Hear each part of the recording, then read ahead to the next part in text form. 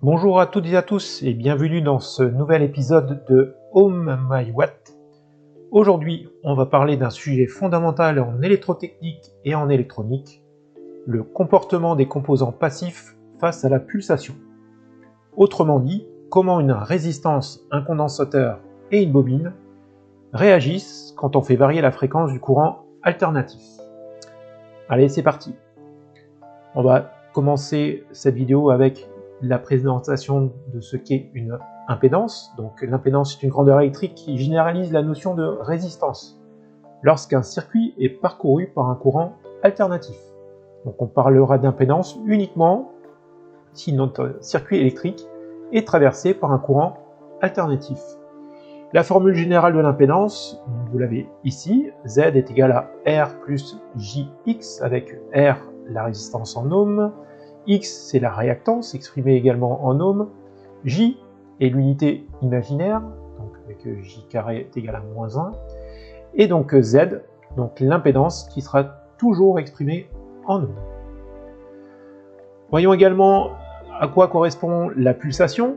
Donc la pulsation, elle est notée oméga, et elle est liée à la fréquence de notre signal alternatif. Donc vous avez ici la formule.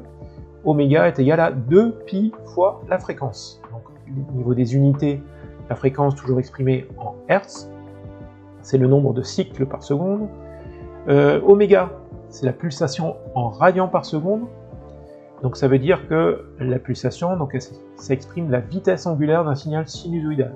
J'ai pris l'exemple concret avec notre signal délivré par EDF, donc qui est un signal électrique de fréquence 50 Hz, donc vous voyez, on fait le calcul, donc oméga est égal à 2pi fois 50, ce qui nous donne 314 radians par seconde.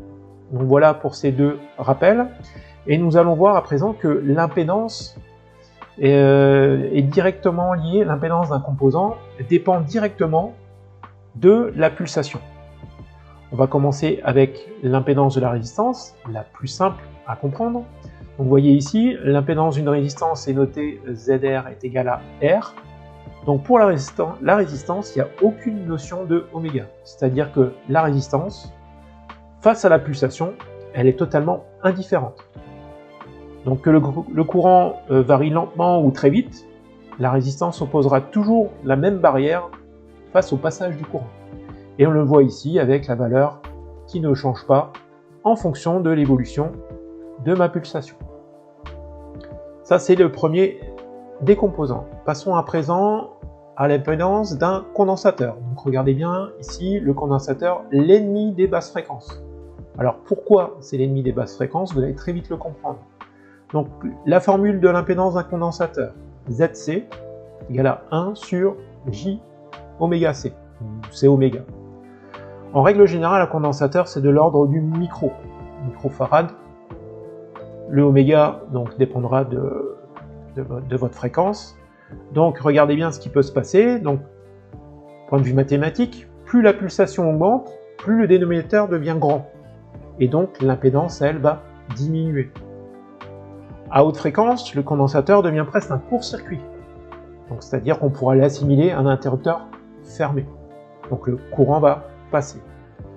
A l'inverse, à basse fréquence, c'est presque un circuit ouvert. Il va bloquer, en fin de compte, les basses fréquences. Alors, on imagine ici qu'on prend une très petite fréquence, une pulsation très petite, avec un condensateur de quelques microfarads. Si on fait le calcul, on voit bien que notre impédance sera très élevée, donc équivalent à un interrupteur ouvert. Donc on peut dire que notre condensateur, l'impédance d'un condensateur évolue de manière inversement proportionnelle à la fréquence. Passons au dernier composant, la bobine. Donc c'est l'ennemi des hautes fréquences. On va très vite voir pourquoi. Donc l'impédance d'une bobine, elle est notée ZL avec JL oméga ou oméga L. Alors on va négliger ici dans la formule la résistance d'enroulement de la bobine. Une bobine c'est quoi? C'est un fil électrique et on va faire plusieurs spires. La résistance d'un fil sur quelques centimètres va être nulle. En revanche, sur une bobine, il y a des fois quelques centaines de mètres. Donc ceci va engendrer une résistance induite, hein, qu'on appelle en règle générale la RL. Donc cette RL ici dans la formule, je l'ai négligée. Alors comment réagit l'impédance d'une bobine? Donc la bobine, ou inductance, hein, c'est l'autre nom de la bobine, elle va faire exactement l'inverse du condensateur.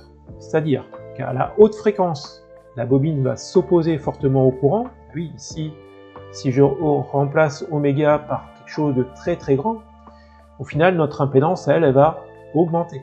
Alors la bobine, en règle générale, c'est quelques millihenries. On commence à quelques millihenries. Donc notre impédance, elle va augmenter. Donc à haute fréquence, notre bobine va, en fin de compte, se comporter comme un interrupteur ouvert. D'où l'ennemi des hautes fréquences. On ne laissera pas passer les hautes fréquences. Et concernant les basses fréquences, donc la bobine va se comporter comme un fil. On imagine ici l'oméga quelque chose de très très petit, donc oméga très petit, la bobine quelques millihenries, donc forcément notre impédance va être très petite. Donc ce sera assimilable à un interrupteur fermé.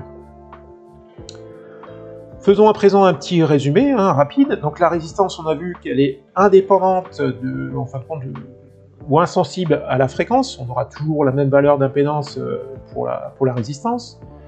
Le condensateur, lui, va réagir de manière inversement proportionnelle à oméga. Il va donc laisser passer les hautes fréquences et on va shooter les basses fréquences. Et la bobine, elle va être donc l'évolution de l'impédance face à oméga, donc elle va réagir de manière proportionnelle à oméga. Et on va donc laisser passer les basses fréquences et on va bloquer les hautes fréquences. Alors ces différences sont à la base de nombreux montages. Donc on va pouvoir, grâce à ces composants, fabriquer des filtres, des circuits de résonance, des adaptateurs d'impédance, etc. Donc comprendre comment ces trois composants, la résistance, le condensateur et la bobine, réagissent à la pulsation, c'est fondamental. C'est ce qui permet de maîtriser le comportement des signaux dans les circuits électriques et électroniques. Merci de m'avoir écouté jusqu'au bout. Si cet épisode t'a plu, n'hésite pas à le partager, à laisser un avis ou un commentaire. Et surtout, si tu veux qu'on parle de la résonance RLC dans un prochain épisode, fais-le moi savoir. Allez, je te dis à très bientôt pour un nouvel épisode.